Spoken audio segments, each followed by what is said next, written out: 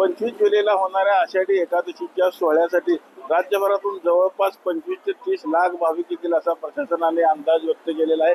येणाऱ्या भाविकांना सुलभ आणि त्वरित दर्शन मिळावं यासाठी आजपासून व्हीआयपी दर्शन बंद करण्याचा मंदिर प्रशासनाने निर्णय घेतलेला आहे। आपण आता बघू शकतो की हेच ते व्हीआयपी गेट आहे। याच गेटमधून अनेक व्हीआयपी खरं दर्शनाकरता जात असतात, मात्र व्हीआयपी सोडल्यानंतरची प्रमुख जी दर्शनाची रांग आहे त्या रांगेमध्ये खरं तर अडथळा निर्माण होतो। भाविकांना जास्तीचा वेळ खरं तर दर्शन रांगेत थांबावा लागतो। त्यामुळे आज खरं तर मंदिर प्रशासनाने व्हीआयपी दर्शन बंद करण्याचा निर्णय घेतला आपल्याला पाहायला मिळत आहे। आपण आता बघू शकतो की जिल्हाधिकारी एस कार्तिकेयन यांनी काल खरं तर आदेश काढलाय, जर कोणी व्हीआयपी सोडलं तर फौजदारी गुन्हे देखील दाखल केले जाणार आहेत। त्यामुळे आपण जर बघितलं हे व्हीआयपी जे गेट आहे प्रमुख, ते गेट आता पूर्णपणे बंद असलेलं आपल्याला पाहायला मिळतं। त्याचबरोबर इतर जे काही गेट आहेत ज्या गेटमधून जी घुसखोरी केली जाते ते देखील थांबवण्याचा प्रयत्न करत तर जिल्हाधिकारी एस कार्तिकेयन केला आपल्याला पाहायला मिळतं। आपण जर बघितलं तर 2 दिवसापूर्वी तर पालकमंत्री असतील, पालकमंत्री जयकुमार गोरे असतील, त्याचबरोबर जिल्हाधिकारी यांनी संपूर्ण खरं तर मंदिर परिसराची पाहणी केली होती। त्यानंतर मात्र हा महत्वपूर्ण निर्णय खरं तर घेतलेला आपल्याला पाहायला मिळतं। त्याचबरोबर आपण बघितलं तर ज्या पाद्य पूजा असतील किंवा ज्या तुळशी पूजा या देखील पूजा खरं तर या यात्रा काळात बंद ठेवण्यात आलेल्या आहेत। आणि उद्याच्याला जर आपण बघितलं देवाचा पलंग निघणार आहे, उद्यापासून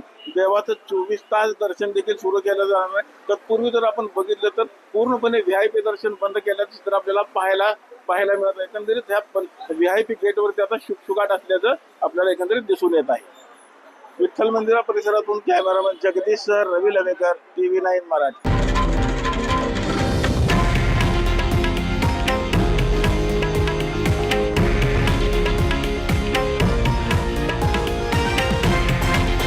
हे आहे देशातील नंबर 1 न्यूज नेटवर्क आणि आपण पाहत आहात TV9 मराठी, एकमेव।